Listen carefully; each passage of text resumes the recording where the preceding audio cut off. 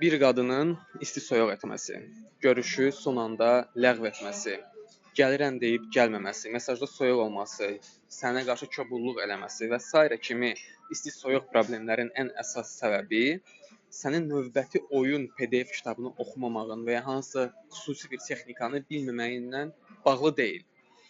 Bunların ən başlıca səbəbi sənin dominant alfa kişi çərçivəsini ən başdan doğru otuzdurmamağından bağlıdır. Çərçivə ən başdan otuzdurulmalıdır. Əgər ən başdan çərçivəni sən təyin edə bilməsən, avtomatik olaraq digər insanın çərçivəsinə daxil olmuş olursan. Bu çərçivə konsepti çox geniş bir konseptdir və bugünkü videoda çalışacağıq maksimum aydın və izahlı şəkildə sizə bunu başa salaq ki, bir dəfəlik çərçivə nədir, konseptini anlayasınız. Baxın, hər bir insanın özünə məxsus dünyası var. Yanındakı Nihat bəyin özünə məxsus dünyası var, mənim öz inanclarım, özümün dünyam var. Və hər bir insan qarşı tərəflə ünsiyyət quranda hərə öz çərçivəsini, öz daxili dünyasını, öz inanclarının reallığını şuuraltı şəkildə zahiri dünyaya göstərir. Baxın, mən sizinlə hal-hazırda kamera vasitəsilə danışıram, mən öz daxili dünyamı təqdim edirəm. Və siz məni dinləyəndə sizin özünüzə məxsus daxili dünyanız var. Yəni, çərçivələr konseptini anlamaq hər bir sahədə sizə kömək olacaq. İstər iş həyatı olsun, istər münasibətlər olsun, istər qısa müddətli flört olsun, istər lap valideynlərlə söhbət eləmək olsun. Hər bir insanla interaksiya avtomatik çərçivələrin mübarizəsini və çərçivələrin olub-olmamasını özündə ehtiva edir. Sən istəsən də, istəməsən də, oyunda olsan da, olmasan da, ömrü boyu çərçivələrlə qarşılaşacaqsan. Və buna görə bunu aydın şəkildə anlamağında çox böyük fayda var. Anlamasan, daima çərçivələri itirən tərəfə düşmə ehtimalın çox böyükdür. Okey, qısaca çərçivəni izah etsək, çərçivə o deməkdir ki, baxın, belə bir sizə illüstrasiya göstərim. Ən yaxşı nümunə valideyn-uşaq münasibətidir. Uşaq total olaraq öz valideyninin və ya onu himayə edən şəxslərin çərçivəsindədir. Niyə? Çünki onlardan asılıdır. Yəni, çərçivənin bir növü qarşı tərəfdən asılı olmaqdır. Onun verdiyi qərarlardan asılı olmaq. Onun edəcəyi davranışlara onun etdiyi davranışların təsiri altında olmaq. Sən davam elə. Və həmin təsirlərin nəticəsində siz başlayırsınız həmin tərəfə qarşı reaktiv olmağa.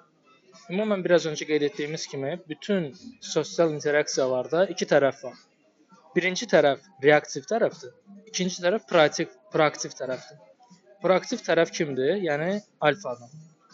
Həmin münasibətdəki alfa obraz. Bu uşaq valideyn münasibətindəki valideyndir. Əsgər komandir münasibətindəki komandirdir, müəllim tələbə münasibətindəki müəllimdir və kişi qadın münasibətində isə kişi obrazı olmalıdır. Və əgər bu münasibətlərin daxilində siz qeyd etdiyim proaktiv çərçivədə deyilsinizsə, siz olursunuz harda? Reaktiv tərəfdə. Reaktiv tərəfin xüsusiyyətləri nədir? Qarşı tərəfin yönləndirilməsinə tabedir. Söhbəti, bütün prosesləri qarşı tərəf yönləndirir, proaktiv tərəf yönləndirir, reaktiv tərəf isə sadəcə ona reaksiya verir. Bundan başqa qərarları proaktiv tərəf verir, reaktiv tərəf onun arxasıca gedir və bu tip münasibət modeli ilə onların söhbətləri, onların interaksiyaları davam edir. Baxın, buradan nə aydın olur? Buradan o qərara gəlmək olar ki, əgər bir insan öz daxili dünyasında daha köklüdürsə, daha özünə inanırsa, o öz daxili dünyasını zahiri dünyaya proyeksiya edir. Sən aktiv şəkildə öz daxili inanclarını, davranışını, özün haqqında, öz auranı belə desək, zahiri dünyaya göstərirsən. Və o zahiri dünyaya göstərdikcə sən qarşı tərəfin reaksiyalarından asılı deyilsən. Çünki o qədər özünə inanırsan ki, sənə maraqlı deyil qarşı tərəf nə fikirləşdi sənin haqqında. Və sən belə davrandıqca, qarşı tərəfə daxili dünyanı zahiri dünyaya ötürdükcə, zahiri dünyadakı elementlər və insanlar sənin çərçivələrini, inanclarını qəbul etməyə başlayırlar və düşürlər avtomatik sənin çərçivənə. Məsələn, bir ortama gəlmisən, 2 dənə yetkin insandır, onun öz dünyası var, sənin öz dünyan var. kim daha çox öz dünyasında çıxış edərək rahat hərəkət eləyə biləcək? Kim öz qaydalarıyla hərəkət eləyə biləcək? Və kim digərinin qaydalarına daha ayaq uydurmağa başlayacaq? Buna görə introvert olmaq, sakit olmaq, susqun olmaq həmişə çəkici deyil. Çünki sən öz daxili dünyanın öz daxilində yaşayırsan və zahiri dünyaya onları ötürə bilmirsən. Məsələn, bir ortama gəlmisən, susqun şəkildə kənarda durmusan. Heç kəs sənin kim olduğunu, nə kimi bir şəxsiyyət olduğunu və sənin daxili gücünü hiss edə bilmirlər. Onlar hərəkət edir, sən izləyən moddasan. Sən digərlərinin çərçivəsinə düşən moddasan. Məsələn, bəyəndiyin bir qız var. Görürsən, yaxınlaşmaq istəyirsən. Qorxu düşür. Susqun olursan, dilin topuq vurur. Belə donub qalırsan. Bu nədir? Bu da ətrafdakı insanların həmən qadının çərçivəsinə düşmək deməkdir. Çünki sən öz daxilində olan istəkləri, inancı ona ötürə bilmirsən. Avtomatik sən ona duyğusal reaksiya verirsən. Duyğusal reaksiya nədir? Bu o deməkdir ki, sənin sağ qalma və nəsil artırma potensialın qarşı tərəfdən asılıdır. Sən ondan çəkinirsən. O sənin üçün vacibdir. Amma sən özünü vacib hesab etsəydin,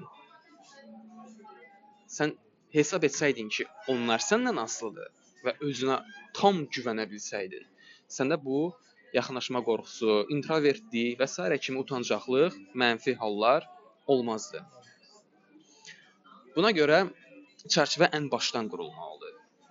Çərçivəni sən sonradan qura bilmərsən. İstər münasibətdə olsun, istər ünsiyyətdə olsun, istər bir ortama gəl, orada olsun. İlk başdan öz dünyanı proaktiv şəkildə zahiri dünyaya göstərməlisən. Davranışlarından, sözlərindən, bədən dilindən və s. Okay? Relaks şəkildə. Amma bu aşırı dominantlıq eləyib kimsə əzmək deyil. Yox, bu sadəcə rahat öz dünyadan çıxış etmək deməkdir və geri çəkilməmək deməkdir. Sən davam et. Mən buradan davam edeyim. Ümumən bu çərçivə kontrol elə bir mövzudur ki, bu əslində kökü uşaqlıqdan qoyulan bir şeydir. Biz nə qədər bir çox insanın, bir çox kişinin bu kişi-qadın dinamikasında, sosial münasibətlərdə problemin olmağının əsas səbəbi uşaqlıqdan düzgün inanclarla böyüməməkdir. Bəli, məhz inanclar. Çərçivə anlayışının kökündə əslində sizin daxili inanclarınız, sizin real dünya ilə bağlı olan inanclarınız dayanır. Çünki bunu ümumiyyətlə bir çox sosial psixologiya mütəxəssisi də qeyd eləyir. Bu xarici oyun ustalarında da var. Qeyd olunan məqam nədir? Əsl, mütləq reallıq deyilən bir şey yoxdur. Reallığı siz özünüzdə yaradırsınız və həmin reallığa uyğun başlayırsınız hərəkət eləməyə. Bu reallığın yaradılmasının səbəbi nədir? Siz etmədiyiniz bir şeyə qarşı içinizdə bir qorxu olur. Siz bir şey etmirsiniz və düşünürsünüz, bunu eləsəm nə olar? Onun haqqında müsbət inancı olan bir insan və öz daxili inanclarına güvənən bir insan həmin şeyi eləyir və elədiyinin nəticəsində ona bir zərər gəlməyəcəyini anlayır və bunu əvvəlcədən bilir. Ona görə də həmin şeyi eləyir. Amma kim ki qorxur ki, nəyisə eləyəndə onu zərər verəcək, başlayır onu eləməməyə. Və bu nə deməkdir? Onun həmin hadisəyə qarşı olan inancları həmin hadisəni idarə etməyə kifayət etmir, daha zəifdir. Bu cəhətdən nə olur? Həmin hadisənin çərçivəsinə düşür. Okay, daxili inanclara gəldik və mən burada çərçivə kontrolunu ən əsasən 2 etapa bölürəm. Birinci, Nihadın dediyi kimi daxili inanclar, ikinci, öz bədənində özünü necə hiss edirsən. Okay, daxili inanclar. Bir cəlbedici, bir dominant, bir güclü kişinin daxili inancları nədir? Okay, mən daha üstünəm, seçən tərəf mənəm, burada qərarları mən verirəm. Və bu sənin daxili inancın olmalıdır. Özünü buna inandırmalısan. Bu sənin gecə-gündüz özünə təlqin etdiyin, etməli olduğun mantra olmalıdır. Və hər bir ünsiyyətin, hər bir hətta yazdığın mesaj, hər bir dediyin söz avtomatik olaraq bu mənbədən gəlməlidir. Mən qərar verən tərəfəm, seçən tərəf mənəm, mən daha üstün tərəfəm. Okay, bu yəni də kimsə əzmək deyil, sadəcə özünə olan inancındır. Və buna o qədər inanmalısan ki, heç kim bu inancı poza bilməsin. Göstər videoya. Sizə bir qonağım da var. Okay. Evet. Okay. Gördüyünüz kimi Bu it də öz çərçivəsində gəlir. Baxın, öz çərçivəsində hərəkət edir. Ona heç maraqlı deyil. Nihat hal-hazırda narahatdır, yoxsa video çəkilir, yoxsa yox. Okay. Və sən o qədər özünü bir yaxşı mənada izolyasiya etməlisən ki, bir saniyə aləm dəydi burada bir-birinə. Sən iti ötür yəsinə. İti dedi ki, saxlayaq. Hə, yaxşı. Ev yox, saxla. Saxlayırsan sən? Hə. Gəl buraya.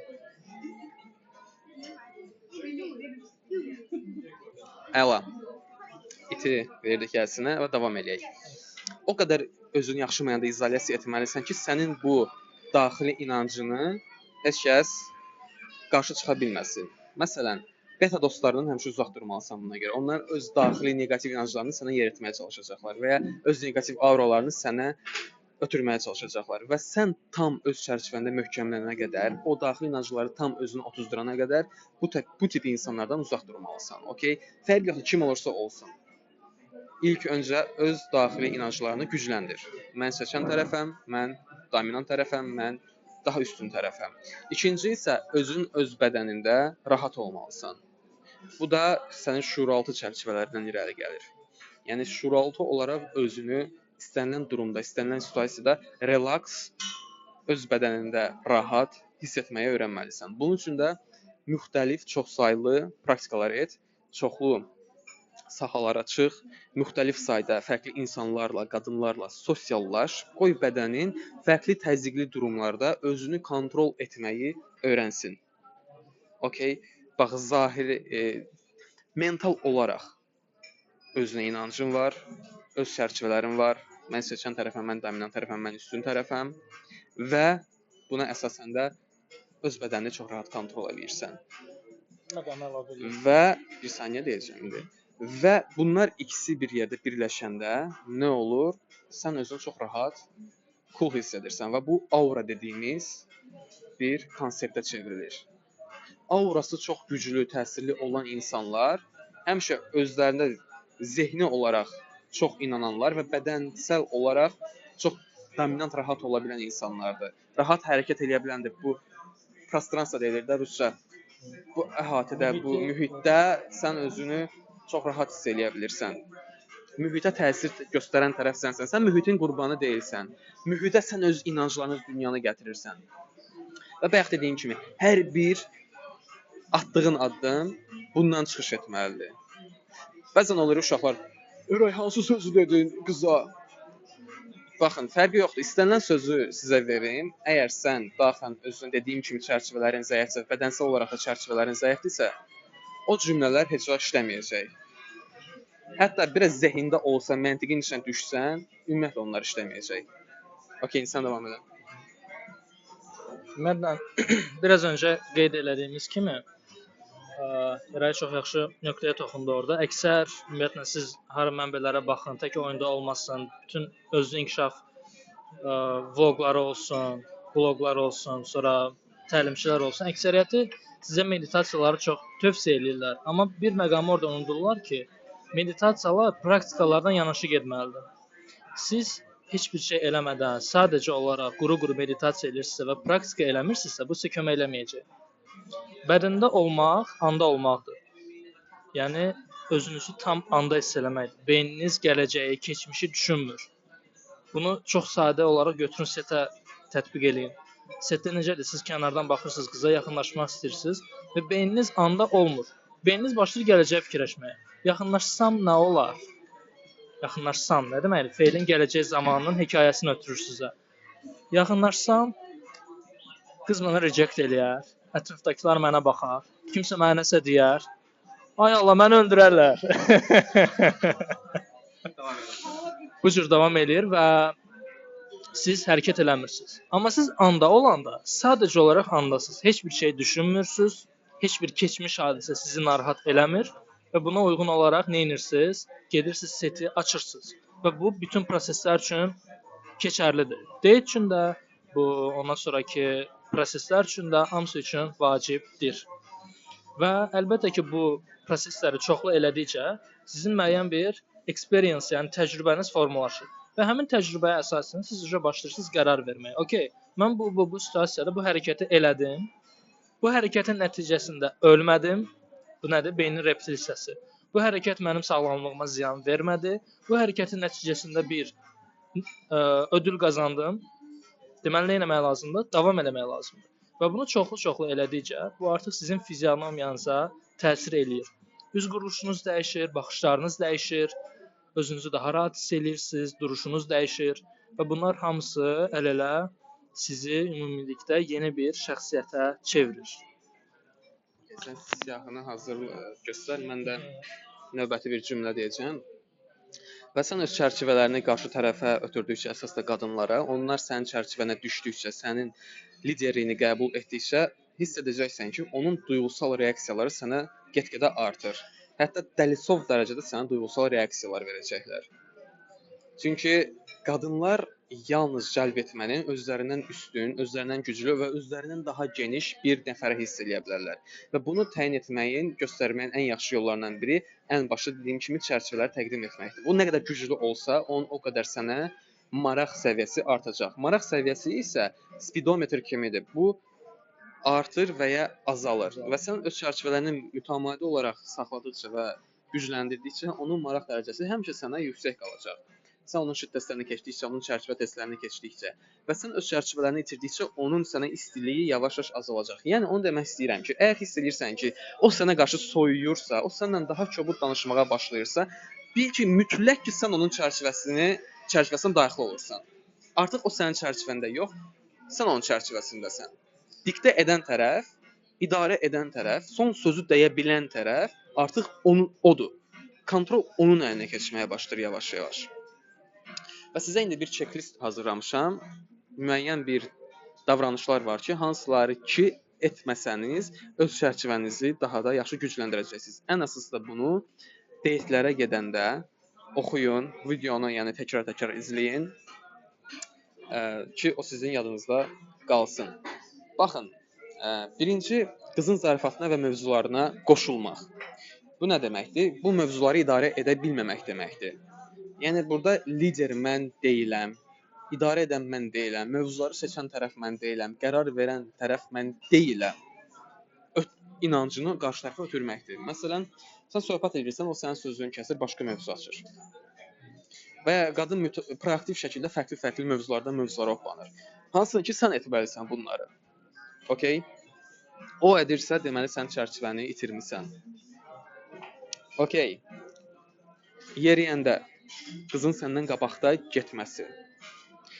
İstər tanışlıq olsun, istər deytdə olsun, təsəvvür ki, deytdəsiz və coffee shopdan çıxmısınız, yeriyirsiniz, gedirsiniz. O səndən qabaqda gedirsə, bu onun anlamına gəlir ki, o sənə mədəni desək, vec vermir.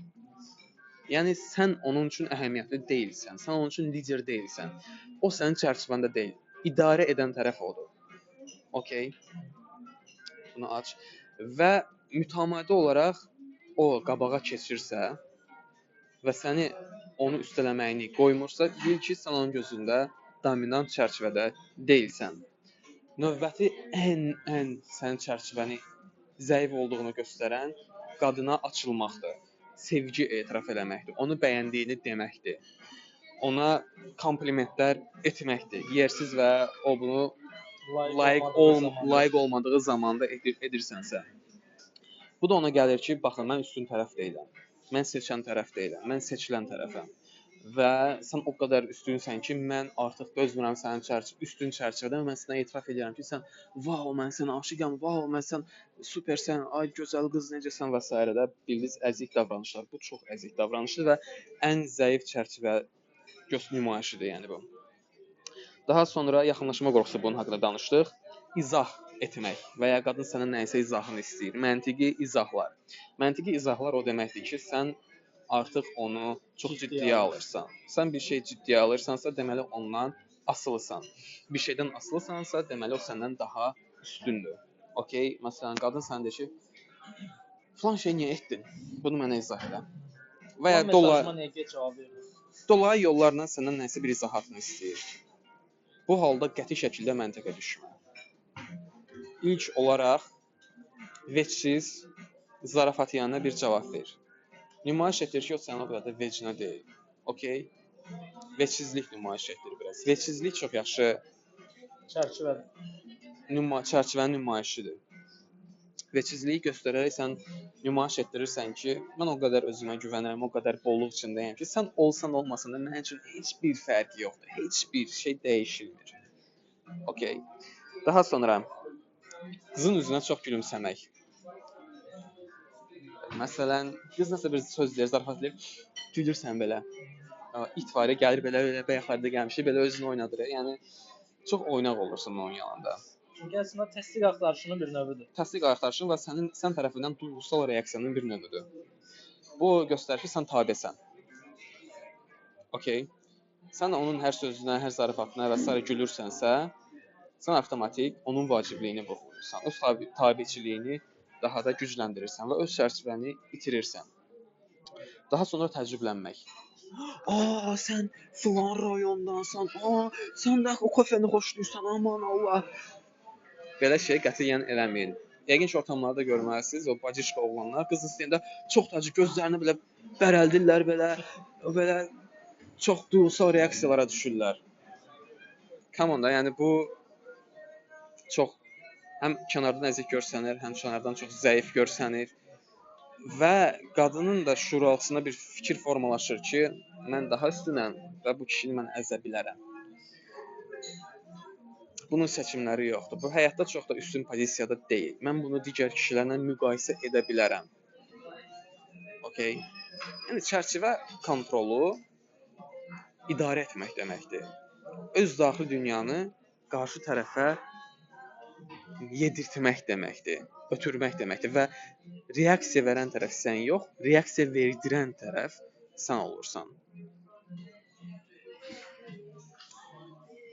Bununla bağlı bir nümunə deyim sizə. Bir dostum var, müəllimdir və dərs dediyi kütlə biraz niş kütlədir. Yəni çox vəzifəli insanların uşaqlarıdır. Çox belə fərqli bir fəndən dərs deyir və keçən dəfə dərsi olan bir hadisəni danışır mənə. Deməli uşaq dərsə qoşulub, soruşur ki, bəs niyə gec qoşulmusan? Deyir, bu gün mənim istirahət günümdür. Uşaq bunu deyir və həmin gündə birinci gündür. Deyir, axı bu gün birinci gündür. Deyir ki, birinci gün mənim istirahət günümdür. Mənim üçün həftə ikinci gündən başlayır. Və uşaq bunu o qədər özünə əmin şəkildə deyir ki, müəllim belə gözdən bərəldir, təəccüblənir ki, bu nə danışır. Ondan sonra biraz danışır ki, bəs mənim öz həftələrim var, mən öz saatlarım var, hamı ona tabe olmalıdır. Axırda qayıdıb nə desə yaxşıdır. Deyir, hətta məktəbdə müəllimim mənə yalvarır ki, dərsə gəl, amma mən getmirəm. Siz həmin uşağın bu inancla gələcəkdə necə pozisiyalara sahib olacağını təsəvvür edə bilirsiniz. Qarşısındakı insanları, əlinin altında olan insanlara necə güclü təsir edə biləcəyini və onları idarə edə biləcəyini təsəvvür eləmək düşünürəm ki, heç də çətin deyil. Və